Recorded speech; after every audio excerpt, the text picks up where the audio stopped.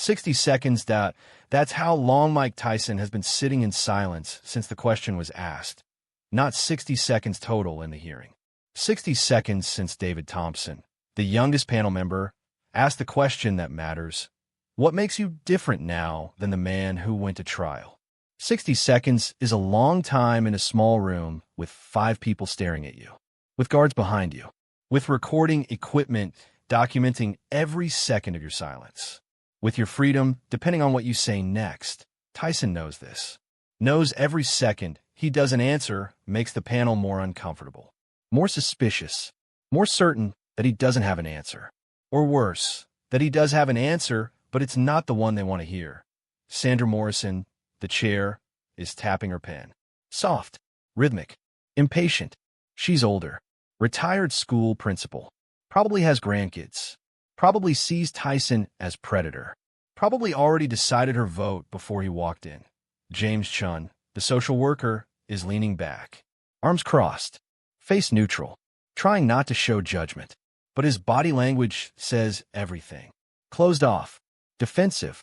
Waiting for Tyson to prove something Chun doesn't believe can be proven. Robert Martinez, former corrections officer, isn't even looking at Tyson anymore. Looking at his papers. Like he's already moved on. Already decided. Just waiting for this formality to finish so he can vote no and go to lunch. Patricia Williams, victim's advocate, is the only one still looking at Tyson with something other than judgment. Looking with what? Curiosity? Hope? Skepticism? Hard to read, but she's still engaged, still waiting for an answer that might change her mind. David Thompson, who asked the question, is staring directly at Tyson. Not aggressive, not hostile, just patient, like he knows this question requires time, like he understands that some answers don't come immediately, like he's willing to wait, but the others aren't willing. Sandra Morrison clears her throat. Mr. Tyson, we need you to answer the question. 65 seconds now. 70. The silence is becoming its own answer. The answer that says, I don't know. Or, I can't explain. Or, you won't understand even if I try. Tyson takes a breath. Finally, opens his mouth. And the 5 people who control his freedom lean forward to hear what the most dangerous man they'll ever interview has to say about who he is. 3 years earlier, Mike Tyson arrived at Indiana Youth Center with nothing except the clothes on his back and a number. B47180. The guards processed him like any other inmate. Strip search, medical exam, psychological evaluation, assignment to cell block. Standard procedure. Nothing special, nothing different, except everything was different. Because this wasn't just another inmate. This was Mike Tyson, the youngest heavyweight champion in history. The man who knocked people unconscious for a living. The man whose face was on cereal boxes and pay-per-view broadcasts and magazine covers. The man convicted of rape. That's what the file said. That's what the jury decided. That's what brought him here. Not the violence in the ring. Not the knockouts. Not the destruction he was paid to deliver. The violence outside the ring. The kind without rules. Without gloves. Without consent. Tyson told his lawyer he was innocent. Told his friends he was innocent. Told anyone who'd listen that he was innocent. The jury didn't believe him. The judge didn't believe him. The media certainly didn't believe him. But that's not what the parole board is asking about today. They're not asking about guilt or innocence. The trial determined that. The conviction is fact. The question isn't whether he did it. The question is whether he's changed since. And that's harder to answer. Because how do you prove you've changed? How do you demonstrate that 3 years in a cage transformed you into someone different? How do you make 5 strangers believe that the man sitting in front of them isn't the same man who entered prison? Tyson's been preparing for this hearing for 6 months. His lawyer coached him, told him what to say, what not to say, how to sit, how to make eye contact, how to show remorse without seeming rehearsed, how to demonstrate change without claiming perfection. But David Thompson's question isn't on the script, isn't one of the standard questions, isn't something his lawyer prepared him for. What makes you different now than the man who went to trial? That's the question underneath all the other questions. That's the truth they want, not the performance, not the rehearsed answers, not the coached remorse. The actual truth about whether prison changed Mike Tyson or just held him for 3 years. And Tyson's been sitting here for 70 seconds trying to figure out how to answer honestly without destroying his only chance at freedom. I'm not different, Tyson finally says. The panel members go still. Sandra Morrison's pen stops mid-tap. James Chun sits forward. Robert Martinez looks up from his papers. Patricia Williams's eyes widen slightly. David Thompson just waits. Listening. I'm not different, Tyson repeats. I'm the same person I was 3 years ago. Same person I was 10 years ago. Same person I've been my whole life. Prison didn't change who I am. Can't change who I am. Doesn't work like that. Sandra Morrison starts to speak. Mr. Tyson, if you're saying you haven't been rehabilitated, I'm not saying that. Tyson's voice is calm. Clear. Not aggressive. Not defensive. Just honest. I'm saying the question is wrong. You asked what makes me different. Nothing makes me different. I'm the same. But that's not the same as saying I haven't changed. David Thompson leans forward. Interested. Explain that. Tyson takes a breath. This is it. This is the answer that determines everything. Either he makes them understand or he doesn't. Either they believe him or they don't. Either he walks out or he stays for 3 more years. I was born angry, Tyson says. Brooklyn. Single mother. No father. Poverty. Violence. Got beat up as a kid. Started beating up other kids. Found out I was good at it. Found out being good at violence meant people left me alone. Meant I had power. Meant I had value.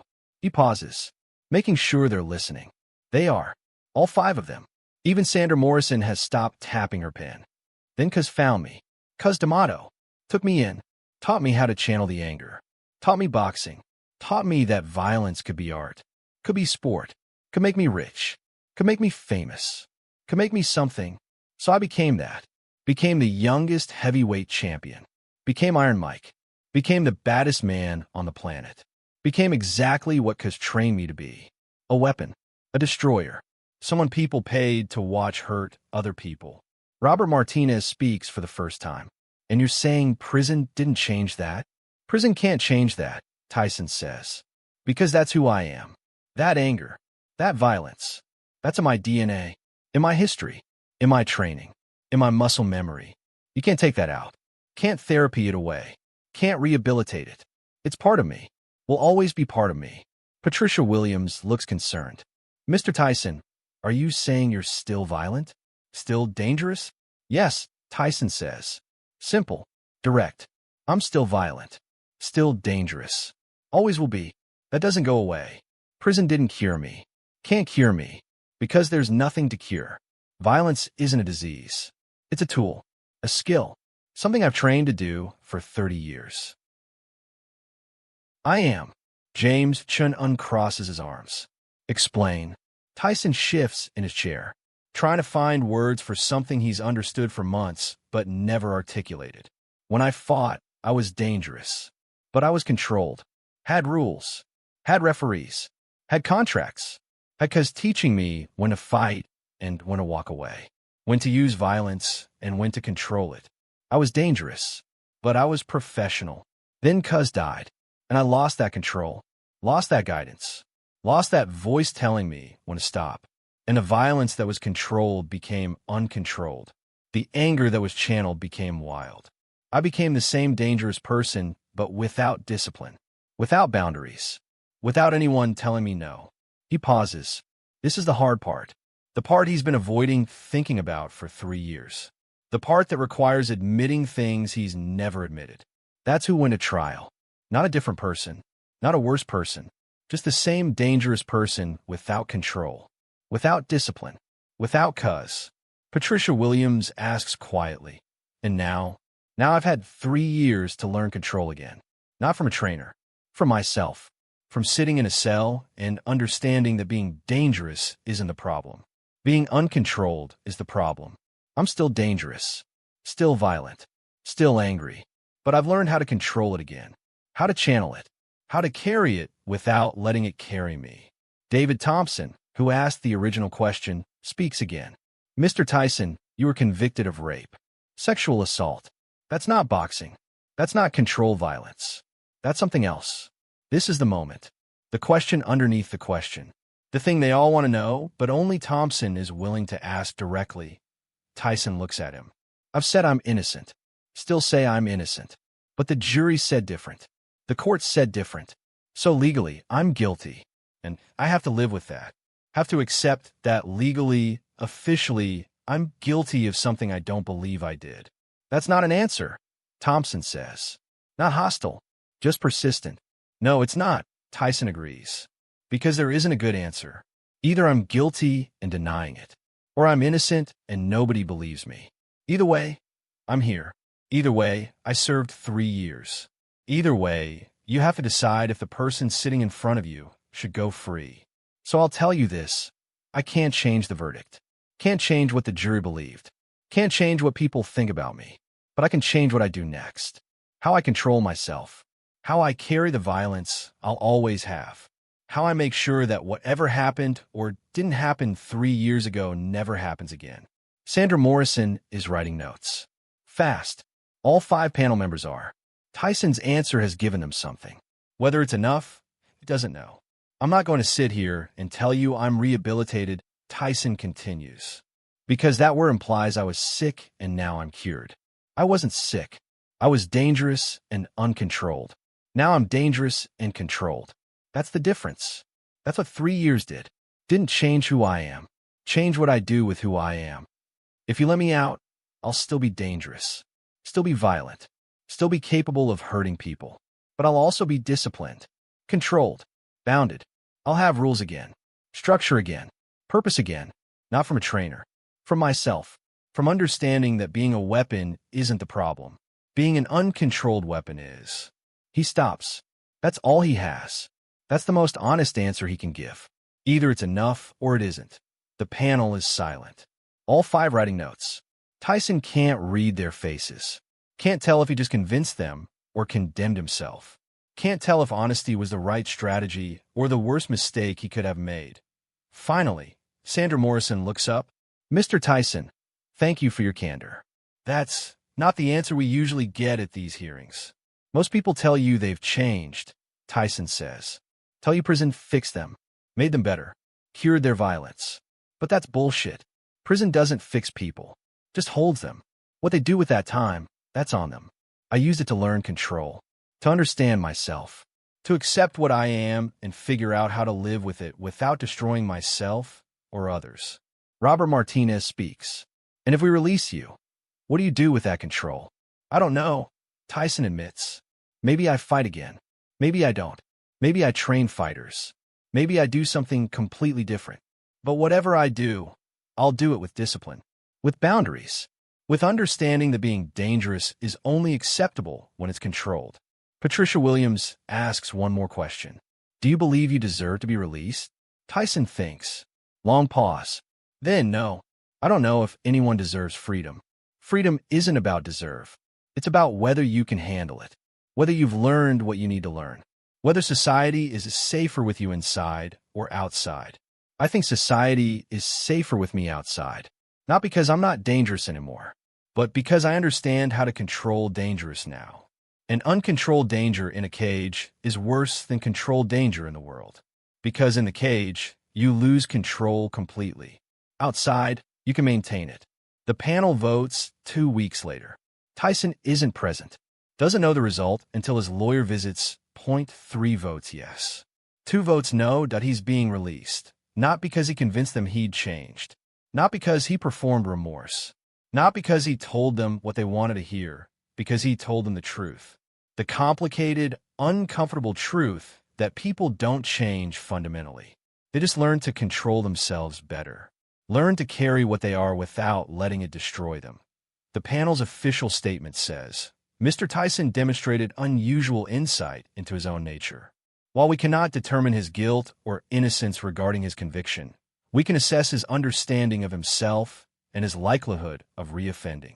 His acknowledgement of ongoing violent capability, paired with demonstrated self-control and discipline, suggests he has used his incarceration productively. David Thompson, the professor who asked the question, writes about the hearing later. In an academic paper about parole boards and honesty, he writes, most inmates tell us they've changed. They perform remorse. They demonstrate rehabilitation. They say what we want to hear. And most of them reoffend within 5 years. Because change that's performed for an audience isn't real change. It's acting. Mike Tyson didn't tell us he'd changed. He told us he understood himself better. He admitted ongoing danger. He acknowledged capability for violence. And paradoxically, that honesty, that refusal to perform rehabilitation, was more convincing than any performance could have been. Because real change isn't becoming a different person. It's understanding who you are and learning to control it. Tyson didn't claim to be reformed. He claimed to be controlled. And sometimes, control is more valuable than reform. Different discipline, different understanding. The reporters ask him as he leaves, "Are you a changed man?" Tyson thinks about the question, about David Thompson asking what made him different, about 60 seconds of silence before answering honestly instead of correctly. "No," he says, "I'm not changed. I'm controlled, and that's more important." He walks away from the prison, from the cameras, from the reporters, walks toward whatever comes next, carrying the same violence he's always carried, but carrying it differently, with discipline, with boundaries, with understanding, not a changed man, a controlled one. And sometimes that's the best anyone can hope for.